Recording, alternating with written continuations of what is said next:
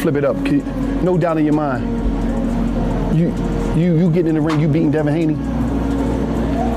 Now, is another one after that? Let me ask you a question then. I'm gonna answer your question with a question. Do you have two eyes? Yes. Can you pay attention to boxing? Look at him and look at me. I actually got three. I got third eye, but that's another story. But I'm gonna say look at him and look at me though. I'm a way better fighter than him. He's not on my level. Most rivalries in boxing begin with insults. This one began with respect, and somehow that made it feel even more dangerous. When Shakur Stevenson was asked about Devin Haney, he did not dismiss him or question his resume. He acknowledged his skill, called him a tremendous fighter, and then calmly stated that he did not believe Haney could beat him. It was not loud, it was not theatrical, it was controlled confidence, and that is what made it resonate. You was linked to Tank for so long, it looked like that's never gonna happen, but yeah, I don't see that fight. I don't see that fight happening. I don't see that fight ever happening. But still, guys like Shakur, still got Ryan Garcia. It's a huge fight. It's a lot of guys coming up. They make a new guy every day. Haney's response came just as measured, but with a sharper edge. He returned the respect, yet made it clear that in his mind, the outcome would be different. He did not hesitate. He did not hedge. He positioned the fight as inevitable, as the next defining moment in modern boxing. In a sport where posturing often replaces action, that exchange felt different. It felt like two elite competitors quietly acknowledging that their paths are crossing whether the industry is ready or not. You versus Dev, is that back on the table as far as us as fans should be talking about this, or is that y'all niggas just doing some Twitter shit? Nah, I mean, that's cool. Like I told you, I'll fight him. I'll move up to 40 and fight him. Like there's no changing like what I think about that fight. I think that'll be a big fight too in the sport of boxing. And it'll like be a long time coming just because of the history of everything that went on, but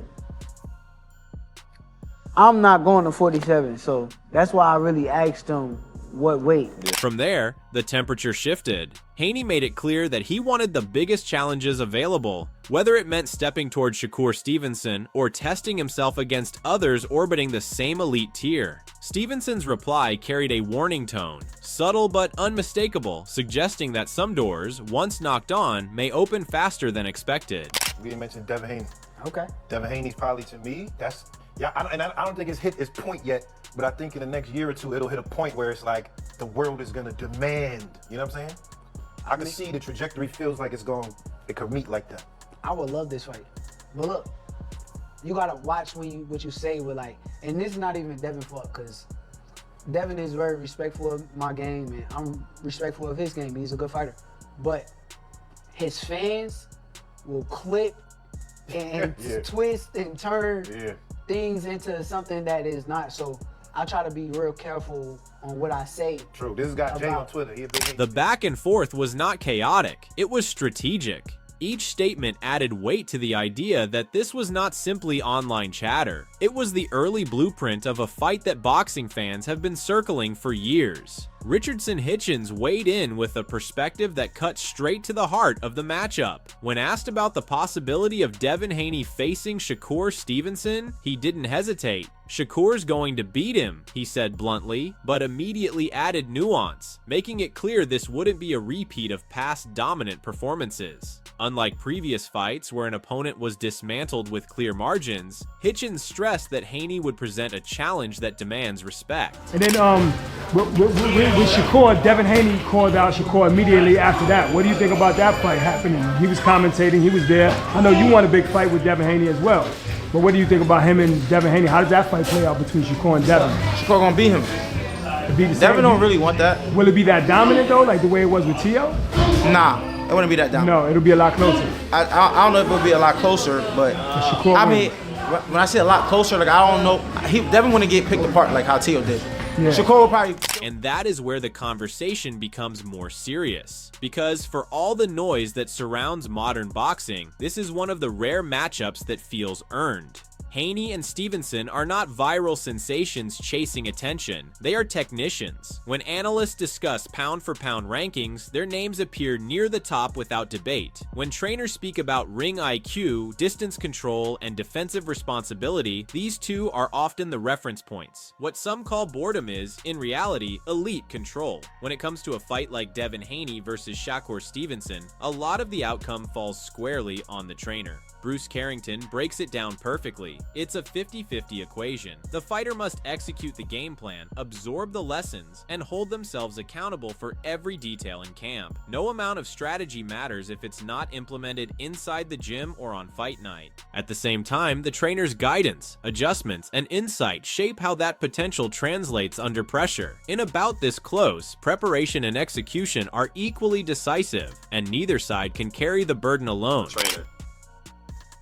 A lot of it falls on the trainer, bro. You know, I gotta say it's like 50-50 because at the end of the day, the fighter has to follow what the trainer says or what they work on. And, you know, even the fighter also has to take it, you know, accountability of what they need to do and what they need to accomplish in training camp. But yeah, man, it's like a lot of it has to do, it's 50-50. Is there anything he could have done? I mean, I don't think to win, but could he have done anything to make it more competitive? Fight more on the back foot, have Shakur come to him. I mean, Shakur was coming to him. But right. Fight more on the back foot, draw some setups with feints and counters and throw when Shakur is throwing. That's literally the only few windows that Shakur is going to give you to hit him.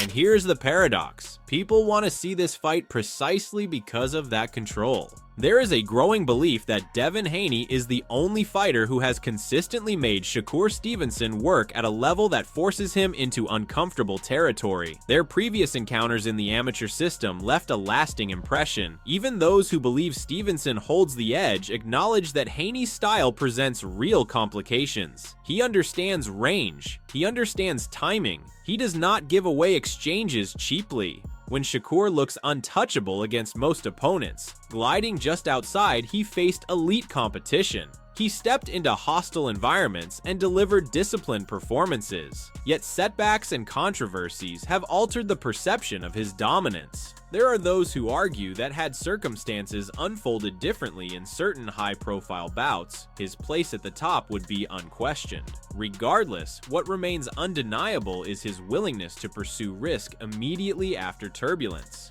He does not retreat from elite names when momentum is uncertain. In fact, he seems drawn to them. Who would you favor at 147 between him and Devin? Shakur. That's a tough fight. I like both of those styles together, but I do think that Shakur is just more defensively aware, sound and aware. It's possible that Shakur may win that fight. I feel like he's a problem for a lot of guys because of his style. But Devin and both of those styles together, that's a great mashup. And I don't know. That's actually a really good fight. I genuinely don't know. For Stevenson, the story is about proving that brilliance can coexist with excitement. He dismantles opponents with surgical accuracy, but there is an undercurrent of skepticism among casual fans who crave chaos over calculation. A fight with Haney changes that dynamic instantly. It eliminates the narrative that he has not faced someone capable of matching his IQ round for round. That is the silent tension building beneath the public exchange of words. Imagine the face-off when this fight becomes official. Not loud, not reckless. Two undefeated minds locked in eye contact, aware that the margin between triumph and vulnerability is razor thin. There would be no need for theatrics. The gravity would speak for itself. As fight night approaches, the preparation would become the story. Stevenson, on the other side, would study Haney's rhythm with forensic detail. He would search for moments where Haney resets, where the guard rises half a second too late, where the feet square for just an instant. He would aim to disrupt the tempo, to make Haney second-guess his range. This would not be a fight built on brute force. It would be constructed in inches. I think Devin's a tremendous fighter. Do I think Devin Haney can beat me? Hell no. Hell no. Yeah. For me, personally, I'm on a different level than everybody. Yeah. And when it comes down to boxing, because Devin, he's a boxer. It's not like he's a fucking stone cold killer who's just gonna go in there and try to knock me the fuck out. Yeah. He's gonna try to outbox me. I'm the greatest boxer. How do you So that's how I feel about the fight.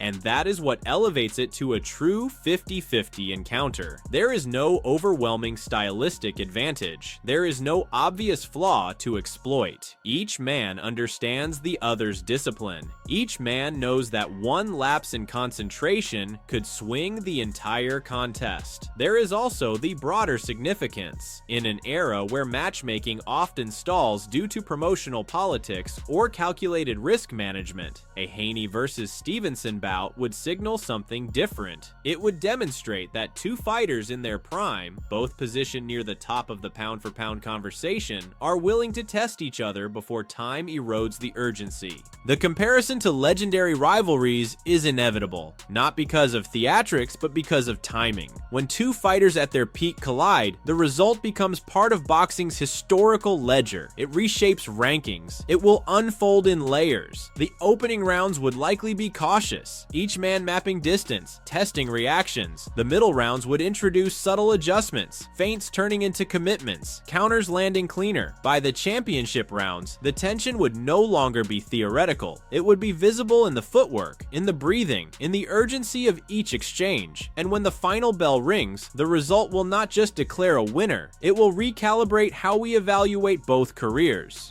Shakur Stevenson called you out in the ring, said, Devin and I have been in the ring together for years. I've always gotten the best of Devin. I've been waiting for this fight for a long time. I guess the question is Shakur Stevenson a priority after Loma? Yeah, for sure. He's definitely somebody on the hit list. But like I said, we got to get past Loma first, because without a victory against Loma, then we don't get to a Shakur fight or any of those other fights. So my main focus is being victorious against Loma. Until then, the exchange of words lingers. Calm statements, confident replies. A quiet challenge issued and accepted in principle. The sport has seen louder rivalries. It has seen more dramatic buildups, but rarely has it seen two technicians of this caliber circling each other with such deliberate intent. The question is no longer whether they respect one another. That is clear.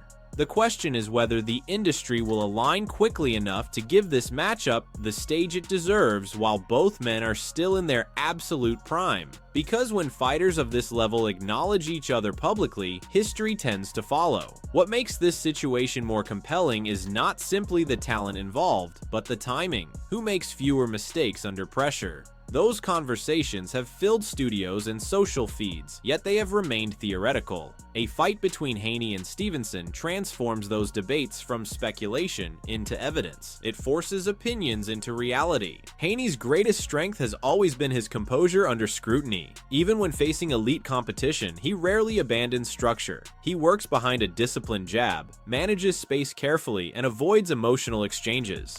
Could we see Shakur Stevenson versus Devin Haney in 2026? Both fighters are going back and forth on Twitter, basically saying, hey, let's make it happen. This is a fight that people have been wanting for a long time, but with guys going up in weight, especially Devin Haney, people didn't know, hey, is this fight gone? With Shakur Stevenson going up to 40 and dominating for Teofimo Lopez, then telling Conor Ben, I'll go up to 47 with the rehydration clause and fight you. Is this a possibility? Obviously, Keyshawn Davis, Shakur's right-hand man, it seems, is calling out Devin Haney. That approach has earned him victories against high-level opponents and allowed him to unify titles. It has also drawn criticism from those who prefer spectacle over precision, yet history tends to reward fighters who understand that control is more sustainable than chaos. Stevenson operates from a similar philosophy, but his rhythm is different. Where Haney prefers to dictate with steady structure, Stevenson thrives on subtle disruption. He shifts his feet half a step outside range, draws an opponent forward, and counters with accuracy that feels premeditated. His defense is not simply reactive, it is strategic positioning. Against most fighters, that positioning makes him appear untouchable. In this case, it seems to have done both, and Rolly Romero wasn't left out. Here's what he had to say about the fight. Like, I'll be honest, I used to think Devin Haney was the most boring fighter in the dance sport. But at least Devin Haney tries to knock people out. It's just Devin Haney just has the inferior, genetics, His genetics are beyond horrible with his sloppy legs and his weak body frame and all that stuff, But Shakur, that guy will put anybody to sleep outside the ring, not inside the ring, because he's the most boring fighter in the history of boxing. And they can say whatever the fuck they want. They can hype him up and all that stuff, but I really feel bad for him because there's no way they could put him on pay-per-view. He can't sell a fight. Stevenson's camp would approach the challenge from a different angle. They would analyze Haney's patterns, searching for moments where defensive responsibility transitions into predictability. They would prepare counters to the jab, angles to neutralize forward momentum, and defensive traps designed to create hesitation. Stevenson's objective would not necessarily be to overwhelm, but to outthink. The beauty of this matchup lies in its subtlety. There will be no wild swings to define it, no reckless exchanges to steal the headlines. Instead, the drama will unfold in foot placement, in timing adjustments, in which fighter adapts faster as the rounds accumulate. Public appetite continues to grow because this fight represents clarity. Boxing often thrives on ambiguity, on hypothetical. Neither has relied on spectacle to build a following. Their confidence is rooted in preparation. When two fighters with that mindset collide, the mental battle can be as significant as the physical one. Who blinks first? Who adjusts first? Who accepts risk at the precise moment it becomes necessary? As fight night approaches in this imagined scenario, the arena atmosphere would feel different from a typical high-profile event. There would be tension, but not frenzy. Some of your 135 contemporaries have a lot to say these days. Shakur Stevenson, well, of course, he's now 135 after all that stuff, and then Devin Haney. Right, so why people even talk like he the best at, he didn't even fight at 135 yet. Right. He didn't even have power at 126, 30, or none of that. He is good. Okay. How can you, all that's just okay. How can you stop people that can actually hit? By the middle rounds, adjustments would become visible. Perhaps Haney begins doubling the jab to disrupt Stevenson's timing. Perhaps Stevenson increases lateral movement to prevent Haney from setting his feet. The crowd might grow restless if they expect fireworks, but those who understand the craft would recognize the stakes in every exchange. As the championship rounds arrive, conditioning and willpower would surface. Even the most disciplined fighters feel pressure when the outcome hangs in balance. This is where legacy is decided. Does Haney press forward to secure decisive moments, or does he maintain caution and risk leaving rounds close? Does Stevenson trust his defense completely, or does he increase output to remove doubt from the judges' scorecards? Regardless of who earns the decision, both reputations would emerge altered. The winner would solidify a claim near the top of the sport's hierarchy. The loser, assuming a competitive performance, for now, the exchange of words has done its job. It has shifted the conversation from hypothetical comparisons to tangible anticipation. It has reminded the boxing world that beneath the surface of calculated careers, there are still competitors willing to test themselves against equals. Until that night arrives, the tension continues to build quietly, fueled not by chaos, but by the understanding that boxing rarely offers matchups this balanced, this meaningful, and this necessary at the same time.